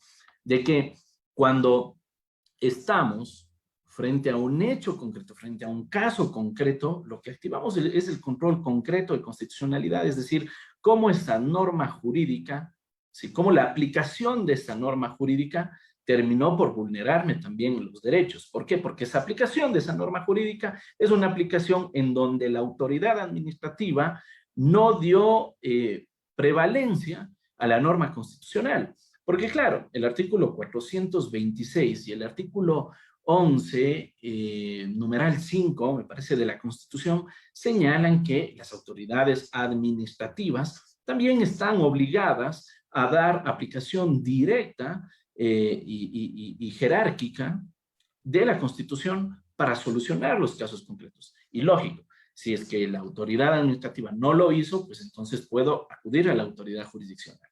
¿Y por qué no lo hago a través de la acción de inconstitucionalidad? Porque la acción de inconstitucionalidad es abstracta. No me va a tutelar un derecho concreto. Vean ustedes, por ejemplo, lo que sucedió en el caso del decreto ejecutivo 803, el famoso caso de compra de renuncias con indemnización. Lo que sucedió en ese caso es que, claro, una asociación de despedidos por aplicación de ese decreto presentan una acción de inconstitucionalidad, la Corte Constitucional declara inconstitucional el decreto ejecutivo 813, y aún así, a pesar de que declararon inconstitucional, todavía había rechazo por parte de los accionantes. ¿Por qué? Porque ellos decían, oigan, nosotros queremos que nos reintegren al cargo. Error, error, error. Pretender una medida de reparación que es de carácter concreta, que es de carácter individual, a través de un mecanismo de control abstracto de constitucionalidad. De hecho, fue la misma Corte Constitucional la que en su sentencia les dijo, aquí hay una pretensión de que les reintegren el cargo, pero no podemos hacerlo a través de la acción de inconstitucionalidad, porque esto es control abstracto de constitucionalidad, y el objeto del control abstracto no es la reparación de derechos, sino garantizar la supremacía constitucional y la unidad del ordenamiento jurídico. ¿Sí? Lo que se busca es que no existan estos vicios en el ordenamiento jurídico, más no repararle los derechos, ¿no? De ahí entonces la importancia que, si es que hay una norma jurídica que me ha vulnerado mis derechos, yo puedo esperar obviamente la reparación de esos derechos a través de las acciones concretas o activando el control concreto de constitucionalidad, que lo hago a través de una acción de protección, porque solamente de esa manera pues voy a poder obtener una tutela y una reparación de los derechos, así sea que llegue, de ser el caso, pues hasta la Corte Constitucional. Y esa es otra cuestión que hay que tenerlo en cuenta. Bueno, eso lo vamos a hablar también cuando hablemos de las acciones de inconstitucionalidad, pero para dejar clara la idea, el tema de las normas jurídicas que se pueden demandar como inconstitucionales. Dígase, si por efecto de la aplicación de la norma jurídica a este policía en la práctica le terminaron sancionando 5 veces por la misma cuestión, ¿sí? Es una norma jurídica que está en contra de la Constitución, pero es una norma jurídica que ya me aplicaron. Ya me aplicaron, ¿no? Y de hecho es una norma jurídica que inclusive fue derogada, porque ahora hay el código, el COESCOP, Código de Entidades de Seguridad Ciudadana, alguna cosa así se llama. Entonces, por efectos de la derogatoria, yo ya no podría presentar una acción de inconstitucionalidad en contra de una norma derogada. Vean ustedes, por ejemplo, los boletines jurisprudenciales o de hecho en los buscadores de sentencia, vean de la Corte Constitucional, vean las sentencias en materia de inconstitucionalidad. Hay muchísimas sentencias sobre acción de inconstitucionalidad negadas. ¿Por qué? Porque han presentado la acción de inconstitucionalidad y durante la tramitación de la acción se ha derogado la norma. Y la Corte dice, bueno, como la norma está derogada, ya no tengo nada sobre qué pronunciar, ¿no? Y claro, si es que se ha derogado la norma y encima me aplicaron esa norma, pues, ¿qué tutela voy a tener? Sino es a través del control concreto de constitucionalidad, una vez más, a través de la acción de protección. Y claro, ciertamente la ley de garantías también reconoce la posibilidad de que yo pueda plantear una acción de inconstitucionalidad de una norma derogada, siempre que esa norma derogada tenga la potencialidad de surtir efectos. ¿Cómo es eso? Recuerden ustedes que el Código Civil, creo que es en el artículo, Código Civil. No recuerdo exactamente, pero está en el título preliminar, creo que es el 3 o el 13, no recuerdo muy bien, pero establece la posibilidad de que una norma jurídica pueda expedirse y tener una moratoria en su vigencia, ¿no? Y también es posible que, sobre todo las normas procesales que han sido reformadas, por más que sean normas derogadas, sigan surtiendo efectos. Vean, por ejemplo, en el caso del COGEP, ¿no? Cuando se emitió el Código Orgánico General de Procesos, hubo una moratoria de un año. Lo mismo creo que pasó con el COIP. Hubo una moratoria con la idea de que mientras entra en vigencia, pues los juristas se encarguen de conocer esa norma, ¿no? Claro, todos los procesos que se activen en virtud de la norma que se deroga deberán seguir respetando las reglas procesales, ¿no? Por eso, por ejemplo, con el COGEP, todavía, de hecho, hay casos que se sustancian de conformidad con el Código de Procedimiento Civil. ¿Por qué? Porque si bien es un código que está derogado, todavía tiene la potencialidad de surtir efectos jurídicos. ¿Puedo, entonces, demandar la inconstitucionalidad del Código de Procedimiento Civil? Claro que sí, por más que está derogado, puedo demandar. ¿Por qué? Porque tiene esa potencialidad de surtir efectos jurídicos. Y en este caso, ¿le servía a mi defendido presentar una acción de inconstitucionalidad de una norma derogada? No. ¿Por qué? Porque esa norma ya no surte efectos jurídicos. Y si es que surtiera efectos jurídicos, no le alcanzarían a él. ¿Por qué? Porque ya se aplicó esa norma. Una vez más, el razonamiento del objeto de las garantías nos lleva a pensar que la acción para tutelar específicamente ese quíntuple juzgamiento por la misma causa era la acción de protección. Si alguien más tuviera alguna otra pregunta, por favor, para que levante su mano. Mientras tanto, voy a revisar por aquí algunos comentarios de las redes. Gonzalo Velasco dice, ¿y qué pasaría si las dos partes aparentemente presentan evidencias en el proceso de la demanda? ¿Quién o quiénes solo pueden interpretar la norma? Ya, a ver, Gonzalo. Entre una de las lecturas que yo les había compartido estaba esta lectura del constitucionalismo de los derechos, autoría del doctor Agustín Grijalva, hoy juez constitucional también en el Ecuador. Justamente en este artículo que les pedí que lo revisaran, el doctor Agustín Grijalva ratifica una cuestión muy importante, que es la pregunta de Gonzalo. ¿Quién o quiénes interpretan la norma? Vean, obviamente la respuesta está en la lectura, pero por cuestiones de lógica, las normas las interpretamos todos, ¿no?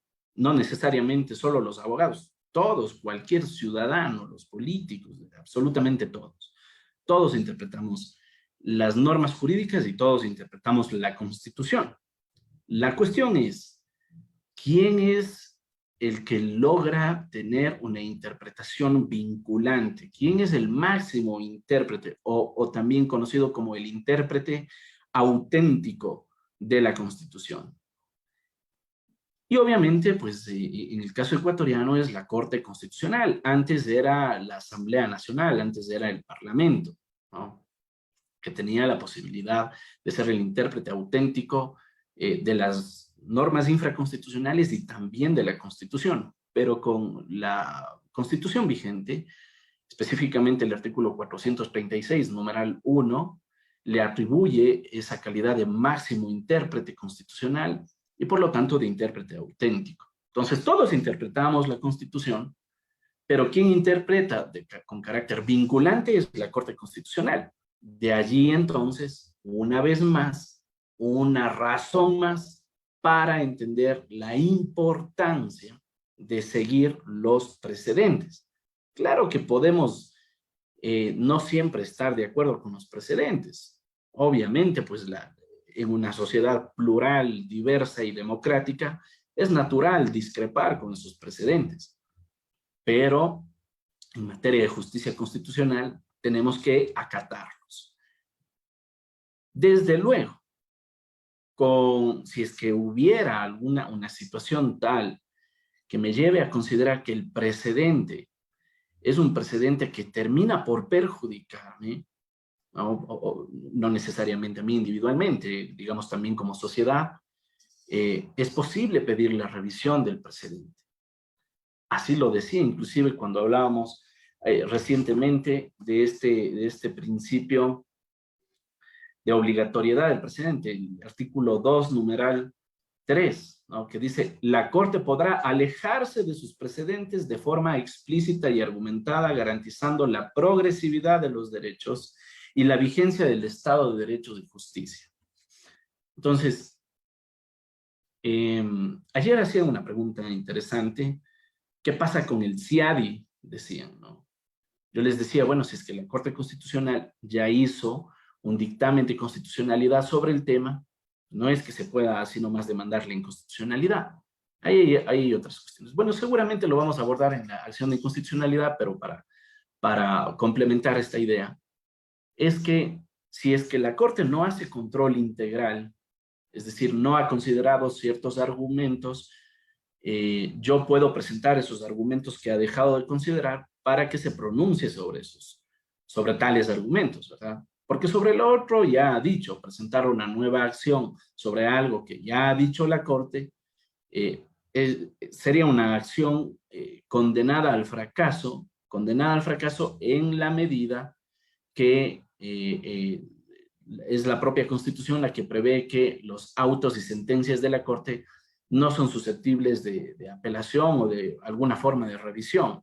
Y claro, si es que presenta una nueva acción con la finalidad de que se discuta lo que ya se ha discutido, pues estaría en el fondo buscando, digamos, reformar una sentencia, y eso no es posible. En todo caso, sí es posible, digamos, demandar sobre lo mismo, pero con nuevos argumentos, con argumentos que no hayan sido considerados, con argumentos diferentes. Y hay ejemplos, por ejemplo, como tal, lo que decíamos del decreto ejecutivo 813, que era sobre la compra de renuncias, la Corte Constitucional en el año 2016, en el año 2013, ya había negado una acción de inconstitucionalidad por el tema del decreto ejecutivo 813, pero negó la acción de inconstitucionalidad porque el argumento principal era que el reglamento de la LOCEP era contrario a la LOCEP y por lo tanto violaba el principio de jerarquía constitucional.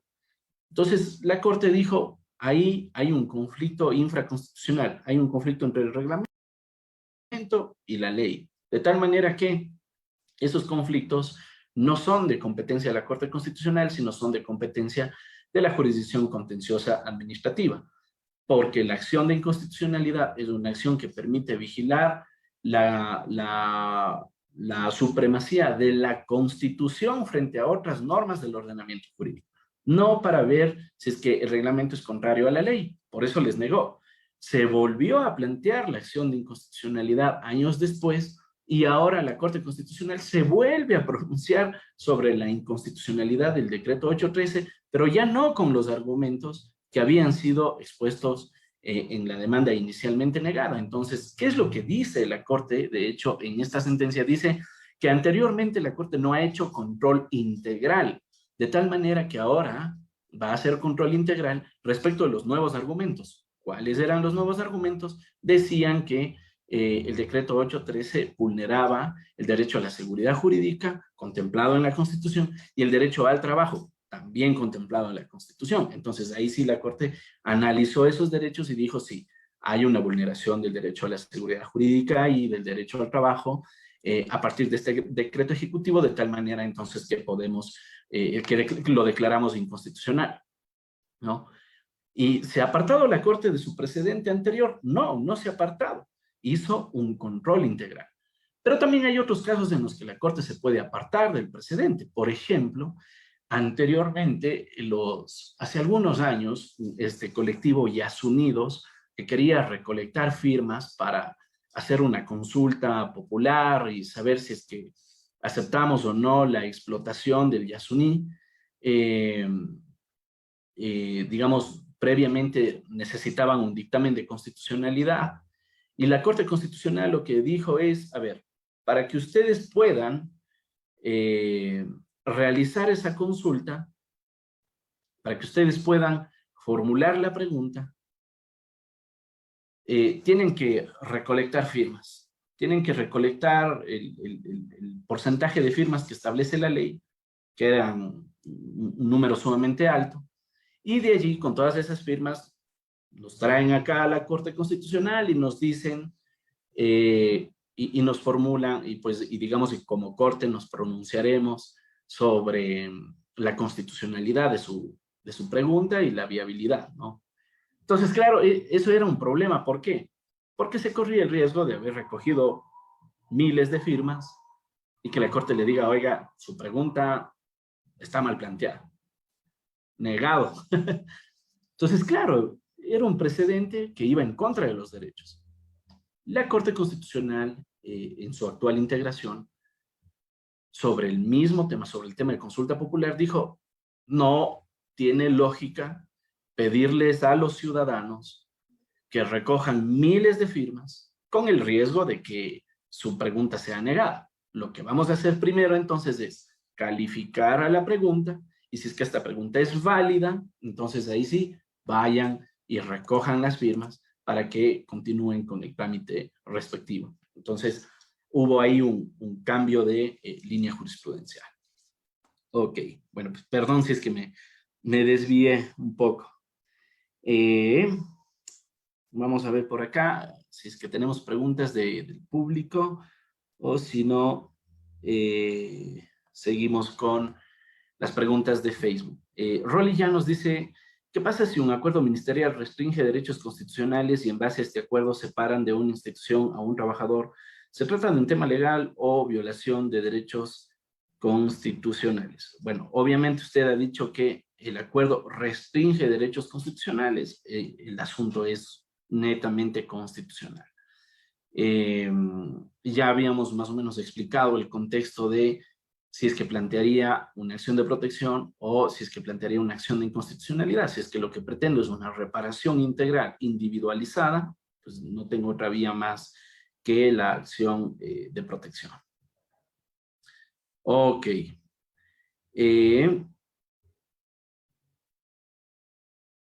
Dice, ¿cómo podemos saber si la Corte Suprema envía un proceso a la Corte Constitucional para su revisión? A ver, el tema de la revisión que está contemplado en el artículo 86, numeral 5 de la Constitución, es de todos los casos. De hecho, en un proceso, en cualquier proceso, en materia constitucional, en materia de garantías jurisdiccionales, por mandato del 86, numeral 5, debe de constar que una vez que está ejecutoriada la sentencia, que se ha enviado a la Corte Constitucional para revisión. Ojo que lo que usted me dice es revisión. Entonces, la revisión es el proceso de selección y revisión que hace la Corte Constitucional para generar precedentes vinculantes, ¿no? Para desarrollar el derecho a través de la jurisprudencia. Entonces, necesariamente debe de constar en el propio expediente. Bernardo Reynoso dice, lamentablemente en el caso de la Policía Nacional, antes de su ley de personal, estableció como mala conducta situaciones de apreciación subjetiva que estaba normada en su graduación. Es decir, el tipo era así, refútase mala conducta todo acto que esté contra el buen nombre moral y buenas costumbres. Consecuencias, la baja. Claro, el problema de dejar esos tipos, esas conductas abiertas a la interpretación de la administración. Vaya, siempre ha sido un riesgo. Por eso es que se exige que sea sumamente clara la disposición sobre cuál es la conducta que provoca un proceso administrativo. Washington Herrera dice, en el caso del policial es importante recordar y recalcar que la Policía Nacional se rige por sus propias normas de procedimiento según el 160 y 188. Ahora, vea Washington, lo que usted me dice es exactamente lo que me dijo el juez. Y claro, nadie niega pues que la policía se rija por sus propias normas, así como los servidores públicos se rigen por la LOCEP, así como los trabajadores se rigen por el Código del Trabajo, así como las empresas públicas se rigen por la ley de empresas públicas. Eso sí, así como los funcionarios judiciales se rigen por el Código Orgánico de la Función Judicial. ¿Cuál es el problema? Que se rijan por sus propias normas. Eso no les exime de que esas normas guarden conformidad con la Constitución. Y una cosa que me pareció hasta graciosa que me dijo el juez en ese caso, es que estas normas son de carácter soberano. ¿Y quién es él para tomar decisiones respecto de decisiones que son soberanas de la policía? Por favor, el artículo 1 de la Constitución establece: la soberanía radica en el pueblo. No dice la soberanía radica en la policía, cuya voluntad es el fundamento de la autoridad que se ejerce a través de los actos del poder público.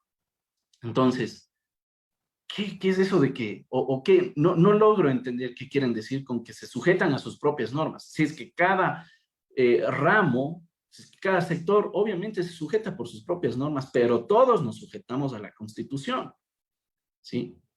Entonces, claro está que esas propias normas pueden emitirse indiscutiblemente. Lo que no pueden hacer esas normas es irse en contra de principios constitucionales como el que no me pueden juzgar más de una vez por la misma causa. Ok. Franklin Antonio Quijije, desde Chone nos saluda, dice una pregunta en acción de protección: ¿en qué tiempo caduca? Vean, Franklin. Generalmente cuando se hablan de acciones, no se habla tanto de caducidad, sino de prescripción, y la acción de protección, lo ha dicho la Corte Constitucional, tiene el carácter de imprescriptible. De hecho, mañana vamos a abordar, bueno, vamos a referir nada más a las sentencias que señalan que la acción de protección es imprescriptible. Es decir, usted puede presentarla en cualquier momento, porque lo que protege son derechos fundamentales, y esos derechos fundamentales igualmente son imprescriptibles. Eso, digamos, esa es la posición que tiene la Corte Constitucional hasta la actualidad. Bernardo Reynoso dice: ¿qué pasa si dieron de baja a un elemento policial por mala conducta profesional con la ley derogada y se lo hizo por falta administrativa, siendo que corresponde una falta disciplinaria? ¿Será falta de competencia? A ver. A ver. Obviamente no me van a poder dar de baja con una ley derogada. Si es que eso pasó, es suficiente para decir que hay violación del derecho a la seguridad jurídica y del artículo 76, numeral 1, que dice que el derecho al debido proceso implica el respeto a las normas y derechos de las partes. Las normas de las partes implican normas vigentes, ¿no? Ahora, otra cosa es que, no sé si es que, bueno, eso es lo que me lleva a entender la pregunta, pero posiblemente si es que usted me dice que mientras estuvo vigente la norma, le dieron de baja y actualmente esa norma está derogada y se ha presentado esta situación de las faltas, yo creo que hay que saber diferenciar sumamente con muchísima precisión la dimensión constitucional de la dimensión de la legalidad que se protege en cada caso.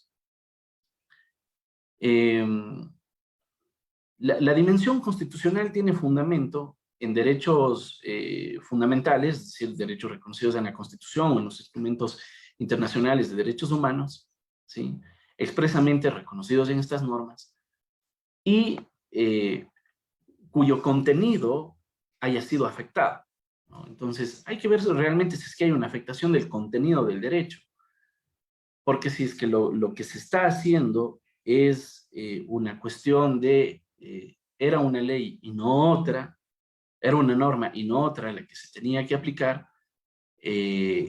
y no se menciona con claridad cuál es la dimensión constitucional del derecho, posiblemente esté condicionando el caso para que sea considerado como una cuestión estrictamente administrativa. Beduart Tag dice, a un estudiante de educación básica, de manera injustificada y arbitraria, le fue negado su ingreso en el aula virtual de una unidad educativa particular, a pesar de haber sido ya restablecido su derecho a la educación. Aún puedo plantear una acción de protección para solicitar se declare la vulneración del derecho y se dicten medidas de reparación y protección. Muchas gracias. Claro que sí. Si es que hubo vulneración del derecho, usted puede plantear la acción de protección con la finalidad de obtener, ahora, con la finalidad de obtener la tutela, ¿no? Es decir, señalar que se declare la vulneración, pero lo que hay que tener presente es cuál es la medida de reparación integral adecuada frente a ese tema, ¿no? Porque la medida de reparación tiene que ser también acorde con la vulneración del derecho. Si es que usted me dice que actualmente esa situación ya ha sido solucionada, pues digamos, está claro que no voy a pedir como medida de reparación que me permitan ingresar a clases, sino que la medida de reparación adecuada sería una garantía de no repetición, por ejemplo, o posiblemente una medida de satisfacción como las disculpas públicas. Ok, Héctor Hugo Fiallos dice, buenas noches, ante una arbitrariedad municipal violatoria del derecho a la propiedad, ¿cuál sería la vía para ejercer el derecho de reparación integral? A ver, derecho a la reparación integral es la contracara de la tutela. Es decir, debo primero obtener una tutela del derecho para que pueda tener una medida de reparación integral. Inclusive, han habido jueces que simplemente dicen, sí, se declara vulnerado el derecho. Y ya, no dicen nada más. ¿Qué es lo que sucede ahí? Se vulnera el derecho a la reparación integral, ¿no?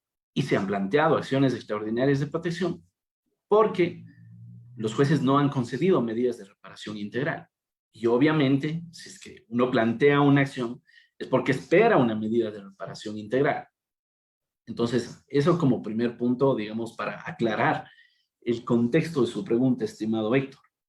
Ahora, sobre violación al derecho a la propiedad, hay que saber las dimensiones igualmente. ¿Cuál es la dimensión constitucional del derecho a la propiedad y cuál es la dimensión de la legalidad? Porque recuerde usted que en materia de derecho a la propiedad, generalmente las discusiones sobre propiedad se ventilan en la vía civil. Cuando hay un problema en materia de propiedad con la administración pública, se ventila en el contencioso administrativo, por ejemplo, en los temas de expropiación, ¿no? Pero la Corte Constitucional sí ha sacado sentencias, vamos a considerar, de hecho, cuando hablemos de la extraordinaria protección, sobre un precedente justo que es en materia de derecho a la propiedad por tema de expropiación de un municipio.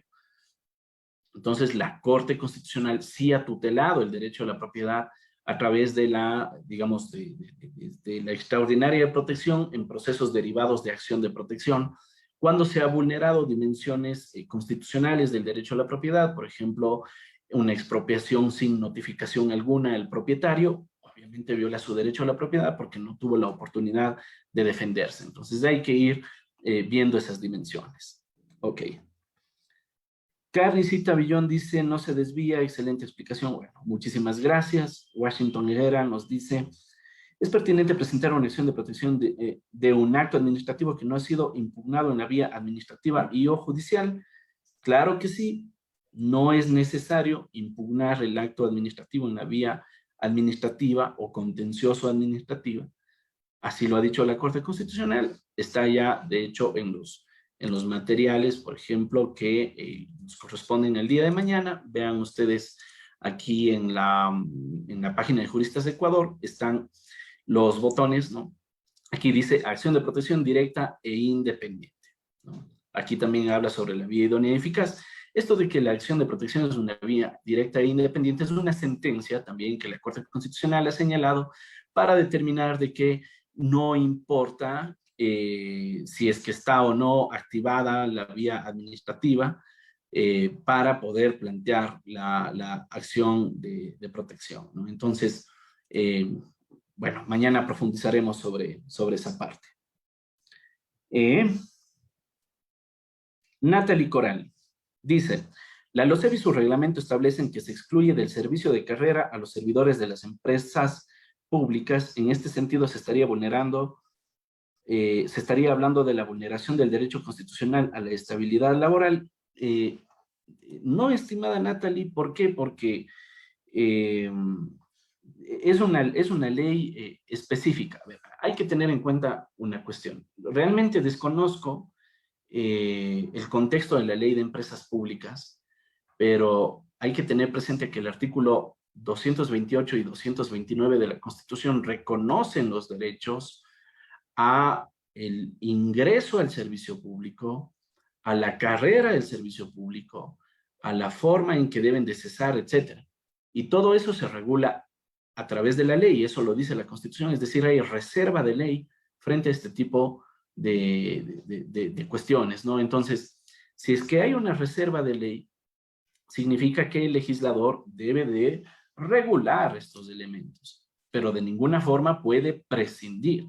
Yo, en todo caso, creería que en materia de empresas públicas debe de estar regulado en la ley de empresas públicas la forma en que se entiende la estabilidad de los trabajadores en la ley de empresas públicas.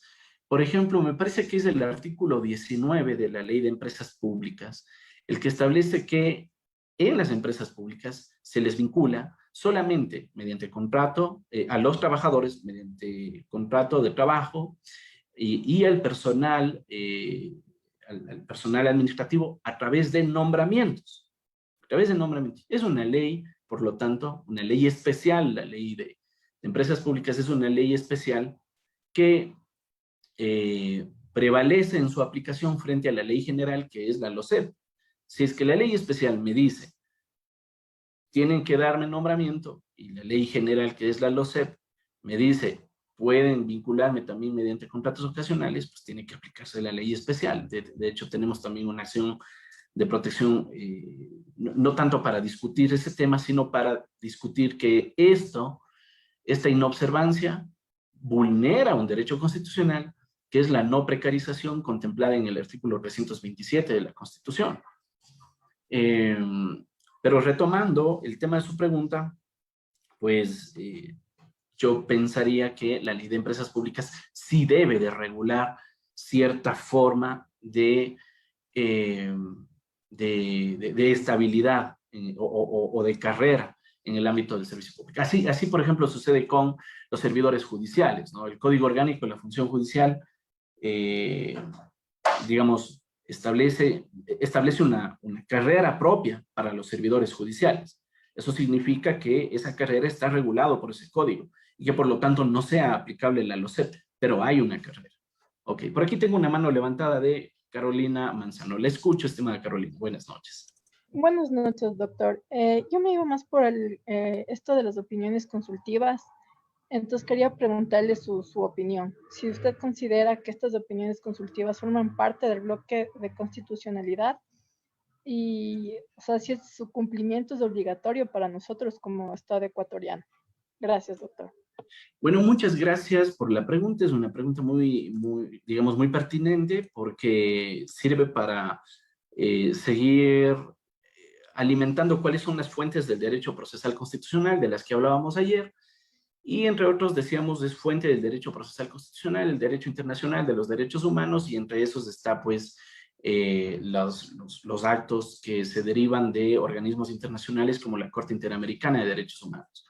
Las opiniones consultivas necesariamente deben de interpretarse de la mano del bloque de constitucionalidad, porque el bloque de constitucionalidad implica el reconocimiento de los instrumentos internacionales de derechos humanos, y esa palabra instrumentos amplía el abanico de elementos que se pueden derivar de estos organismos. Entonces, no se refiere exclusivamente a tratados o a convenios, se refiere a instrumentos, ¿no? Y entonces, claro, si es que es vinculante la Convención Americana y el máximo intérprete de la Convención Americana es la Corte Interamericana, y la Corte Interamericana la interpreta a través de sus opiniones consultivas, diríamos entonces que las opiniones consultivas prolongan el contenido de la Convención Americana, así como el inteligenciamiento que hace la Corte Constitucional de las disposiciones constitucionales y modula muta la Constitución, establece cuáles son los alcances de las disposiciones constitucionales. Lo mismo sucede con la Corte Interamericana y con las opiniones consultivas. De manera que personalmente considero que sí son vinculantes, independientemente del Estado que las proponga, y también, más allá de mi opinión personal, pues la Corte Constitucional se ha encargado también de reconocer la importancia o el carácter vinculante que tienen esas opiniones consultivas. Por aquí también tengo una pregunta de HP Pavilión. Dice, buenas noches, saludos cordiales. Dice, ¿cómo se puede establecer en caso de despido injustificado de trabajo? Se le denomina cargo de libre remoción y despido. Esto puede ser violado a la ley orgánica del trabajo. A ver, hay que tener en cuenta una cuestión. El Código del Trabajo se aplica, digamos, o rigen las relaciones laborales con los trabajadores, aquellas personas cuya actividad física prevalece sobre la actividad intelectual, ¿no? Entonces, los trabajadores generalmente que se sujetan al Código del Trabajo, la garantía de estabilidad que tienen es una garantía de un contrato indefinido. Cuando se despide a los trabajadores bajo esta modalidad contractual o bajo otras modalidades contractuales dentro de las, digamos, que no obedezcan a otras razones previamente establecidas en el reglamento del trabajo, debidamente calificado, previo visto bueno, etcétera, estamos frente a un despido intempestivo, ¿sí? Que es plenamente posible en el caso de las personas sujetas al Código del Trabajo y que genera sus efectos jurídicos, la indemnización, ¿no? Cosas diferentes suceden en el caso del sector público. Ellos se sujetan a la LOCEP, generalmente, ¿no? Se sujetan a la LOCEP, y quienes están sujetos a la LOCEP, pues, asimismo hay causas para que puedan salir del servicio público. Causas que están establecidas en el artículo 47 de la LOCEP, que habla sobre las causales para la destitución del cargo, ¿no? Y otra cosa, en cambio, es la remoción. Son esas personas que prestan sus servicios en el ámbito del servicio público, en cargos jerárquicos superiores generalmente, que llegan allí por compadrazgo, ¿verdad? Como sabemos, pues. Digamos, son cargos de confianza que les otorgan las autoridades públicas para que ellos puedan representarlas dentro de cada una de las instituciones. Y claro, como son cargos de confianza, esos cargos por eso se llaman de libre nombramiento y remoción, en cualquier momento pueden ser reemplazados. Ok. Paulina Tapia dice, ¿qué pasa si después de una casación de sentencia un tribunal distrital emite autos de ejecución de la sentencia modificando la sentencia? A ver, cuestiones de legalidad, estimada Paulina. Pues tiene que seguir los recursos correspondientes, ¿no? Pues seguir nuevamente usted deberá acudir seguramente ahí ante la Corte Nacional para que se respete el asunto de la disposición a la que se haya llegado. Miguel Cabrera nos dice, en sentencia de la Corte Constitucional, la acción extraordinaria de protección declara vulnerado el derecho a no discriminación por discapacidad a un funcionario público. Solo manda a pedir disculpas públicas y no le reintegra al servicio laboral que prestaba en esa institución, aduciendo por falta de partida presupuestaria. Vaya, qué locura. Increíble. Vaya, ¿qué le puedo decir ahí? Lamentablemente, bueno, realmente no conozco el caso, pero pues lamentablemente las decisiones de la Corte Constitucional son inapelables, son netamente inapelables. Ya vamos también a hacer una crítica cuando hablemos de la acción de incumplimiento, porque a pesar de que no se pueden revisar ni sus autos ni sus sentencias, la Corte sí ha hecho, digamos, inclusive en contra de su propia jurisprudencia, en contra de norma expresa, ha hecho cosas como estas. Patricia Coronel dice, la LOCEP establece modalidades de contratación de servidores públicos extranjeros, pero no menciona la modalidad de nombramientos provisionales, tampoco lo prohíbe. Si se considera el 226 de la Constitución, el servicio público solo puede hacer lo que está expresamente en la norma, pero ¿acaso eso no es caer en la vulneración de derechos de igualdad y no discriminación si no está prohibido expresamente? Puede ser en una interpretación extensiva de la norma el prohibir esa modalidad de contratación porque no está expresa en la LOCEP. A ver, lo que pasa es que, a ver, está muy bien que usted nos traiga el 226, siempre va a ser lo sustancial, siempre va a ser lo sustancial el artículo 226 para referirnos a las cuestiones de legalidad, ¿no? Lógico, si es que la norma no me permite, se entiende que lo prohíbe, se entiende que lo prohíbe, ¿ok? En materia de derecho público es así. Ahora, el asunto de los extranjeros no hace falta que las normas se refieran de manera específica a la situación de los extranjeros. ¿Por qué? Porque ya hay una regulación, hay un condicionante para los extranjeros que van a prestar servicios públicos, ¿no? Se dice que tengan un mínimo de residencia dentro del país. Cumplen con ese mínimo, tienen todos los demás derechos que tienen los ciudadanos. La Constitución reconoce a los extranjeros los mismos derechos que se reconoce a los ciudadanos ecuatorianos, con la salvedad de las excepciones que estén establecidas en la Constitución y en la ley. Entonces, esas salvedades tienen que estar expresamente establecidas. ¿Cuáles son las limitaciones en este caso a los extranjeros? Son el condicionante de tener un mínimo de residencia para que puedan prestar servicios públicos. En todo lo demás, pues no hay ningún problema porque gozan de los mismos derechos, ¿no? No hace falta que pues se haga una LOCEP específica para los extranjeros. Sería esperar que tengamos una regulación en cada una de las cosas también sería pues imposible. Por eso es que partiendo del mandato básico de que tienen los mismos derechos, pues entonces es más amplia la protección. Ok, estimados estudiantes, yo les agradezco su atención, les agradezco sus preguntas. Me gustaría, veo que tengo todavía más preguntas, la verdad me gustaría poderlos contestar, pero tengo justamente agendada una reunión en este momento, así que tengo que desconectarme, estando ya sobre la hora de la clase. Por favor, para el día de mañana, revisen los materiales, es muy importante que lo hagan. Concretamente, la ley de garantías del artículo 26 al artículo 42, del artículo 26 al 42, y las sentencias sobre los requisitos de las medidas cautelares, también es un tema que me parece importante, esta de acá, está en la página de Juristas Ecuador, recuerden, esta sentencia, requisitos de las medidas cautelares, esta sentencia también en materia de acción de protección sobre la inadmisión, sobre la admisión y procedencia, digamos, en qué casos se declara la admisión, en qué casos la improcedencia, y esta de acá, que la acción de protección es una acción directa e independiente, ¿no? Justamente porque generalmente se presenta ese conflicto entre si es que tengo o no que agotar la vía administrativa, etc. Y desde luego, hemos habilitado el chat también al grupo de WhatsApp. Por favor,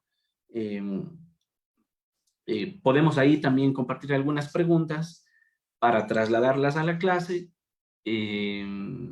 Y recuerden, obviamente, respetar los horarios de descanso de los demás colegas para que podamos, digamos, tener un grupo ameno en WhatsApp. Eso nada más. Muchísimas gracias. Que tengan muy buenas noches y un feliz y reparador descanso. Nos veremos entonces el día de mañana.